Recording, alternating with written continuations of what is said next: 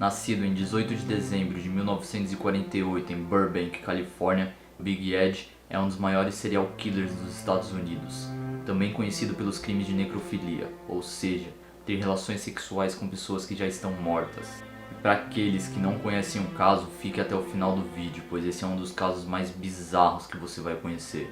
E se você ainda não é um inscrito, eu já te convido a deixar a sua inscrição aqui no canal. Esse é mais um vídeo da série Serial Killers, acompanha aí. Edmund Kemper, ou Big Ed, cresceu em um lar totalmente desestruturado e desde cedo sofria constantes abusos emocionais por parte da sua mãe.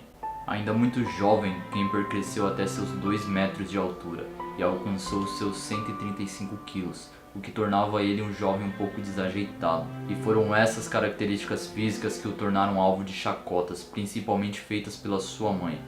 E ela tanto o depreciava pela sua aparência física quanto pelo seu jeito. Tanto que ela mesma descreveu ele como esquisitão. Crescendo em um lar doentio e sendo humilhado desde pequeno, Kemper desenvolveu em seu psicológico um estado de inferioridade e um ódio descomunal por sua mãe.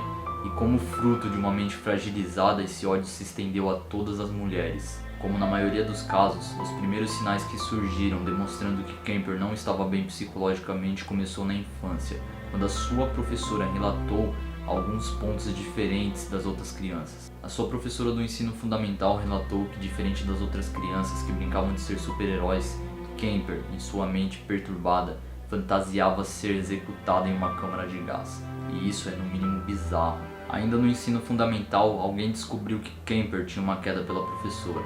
E na intenção de satirizar e constranger o garoto, perguntaram por que ele não lhe dava um beijo. E a resposta foi a seguinte: para beijá-la, terei de matá-la. E esse foi um dos primeiros sinais demonstrados por Kemper que sua rejeição e seu ódio por mulheres só terminaria quando elas fossem mortas por ele. E como tudo tem um começo, quando ainda mais jovem, Kemper se contentava em desmembrar os membros das bonecas de sua irmã. Mas obviamente, com o tempo, Kemper passou a matar animais domésticos. Mas ele não simplesmente matava. Haviam formas de ceifar a vida dos animais. Ainda no começo do seu sadismo, Kemper pegou 2 gatos da família. Um foi decapitado com um facão, mas não satisfeito e disposto a ver mais sofrimento, ele enterrou outro gato vivo. E como relatei no primeiro vídeo da série Serial Killers, onde falo como funciona a mente de um serial killer, a maior parte dos crimes cometidos por serial killers revelam nuances sádicas e sexuais, onde o indivíduo que comete o crime chega ao ápice do orgasmo ao ver as suas vítimas sofrendo e morrendo. E com Kemper não foi diferente. Para você ter uma ideia, Kemper, ainda na adolescência, fantasiava matar todos os moradores da cidade e depois disso ter relações sexuais com todos os corpos das vítimas. E com certeza isso estava longe de acabar bem. Em 1963, Kemper experimentaria a sensação de matar a primeira pessoa. Estando ainda com 15 anos, Kemper foi mandado por sua mãe para morar com seus avós. Meses depois ele perderia o senso moral do que é certo e do que é errado. Em 1963, a avó de Kemper, quando estava sentada à mesa, foi brutalmente assassinada pelo neto, com um tiro disparado por um rifle de calibre 22, arma que era usada pelo avô de Kemper. E não para por aí, a idosa ainda foi apunhalada por várias vezes com a arma. Kemper ainda arrastou o corpo da idosa até o seu quarto. Algumas horas depois, o avô de Kemper chegaria em casa. Ao passar pela porta, o idoso foi atingido por vários tiros disparados por Kemper. E depois do crime cometido, simplesmente ele ligou para sua mãe e informou o que tinha acontecido. E calmamente se sentou e aguardou a chegada da polícia. Ao ser interrogado pela polícia, Kemper demonstrou sequer algum sentimento. Ele simplesmente respondeu: queria saber qual era a sensação de atirar na minha avó. E ao ser questionado sobre seu avô, ele simplesmente respondeu que teria feito aquilo como um ato de misericórdia, para que o idoso, quando chegasse em casa, não descobrisse que a sua esposa tinha sido assassinada por seu próprio neto. E em todo esse depoimento prestado por Kemper, sequer em algum momento ele demonstrou algum sentimento de culpa ou arrependimento. Pouco depois desse caso e pouco antes de completar 16 anos, Kemper foi diagnosticado com esquizofrenia paranoide. E para aqueles que não sabem, a esquizofrenia paranoide é um subtipo de esquizofrenia mais comum, onde predominam delírios de perseguição e de aparecimento de pessoas, o que torna o indivíduo mais agressivo e mais desconfiado. Após o assassinato de seus avós, Kemper foi internado no Hospital Psiquiátrico de Atascadero, Califórnia. E como em boa parte dos casos, o ambiente foi extremamente favorável para a piora de Kemper, pois em sua ala ele tinha contato com estupradores em série, que lhe contavam sobre todos os seus crimes que haviam cometidos. E durante esse período, Kemper aprendeu a esconder sua verdadeira face, enganando até mesmo a junta médica, que após 5 anos deu liberdade condicional para ele, estando aos cuidados de sua mãe. E o descaso foi tão grande que após ser liberado, Kemper não teve nenhum acompanhamento por parte do Estado para que fosse verificado sobre a real situação dele, sobre a real reabilitação dele. Somente em 1972, Kemper foi avaliado por uma junta médica do Estado.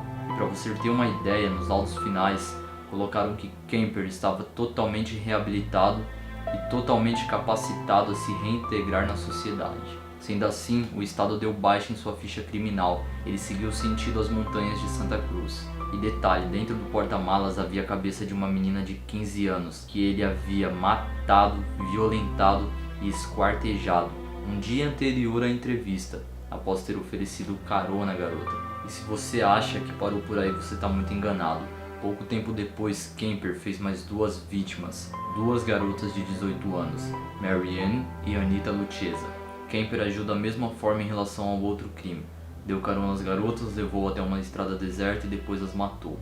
Logo após, colocou no porta-malas do seu carro e levou para sua casa. Kemper teve uma atitude diferente em relação aos outros crimes. Ele agiu como se os corpos das garotas fossem troféus, e com uma Polaroid resolveu tirar fotos. Logo após Kemper tirar fotos, ele dissecou os corpos das garotas. E o mais repugnante vem por aí. A partir desse momento, Kemper daria início aos crimes de necrofilia. Ele teve relações sexuais com os corpos das 2 garotas mortas.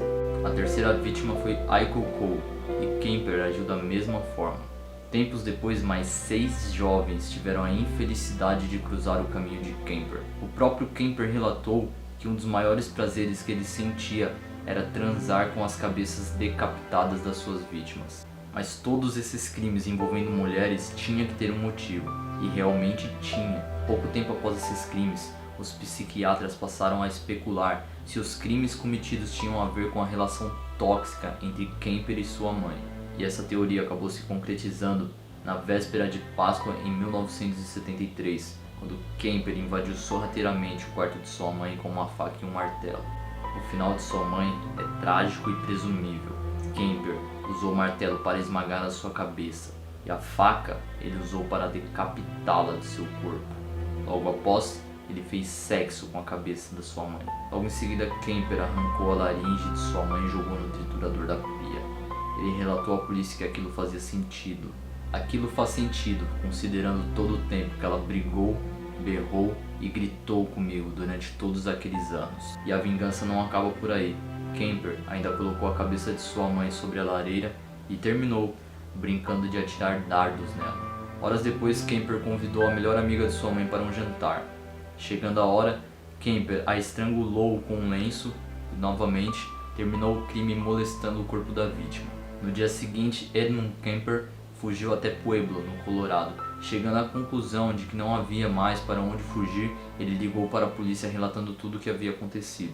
Kemper foi condenado por 8 homicídios em primeiro grau, e ao ser indagado pelo juiz qual forma acharia melhor para ser punido pelos seus crimes, ele respondeu que seria morte por tortura.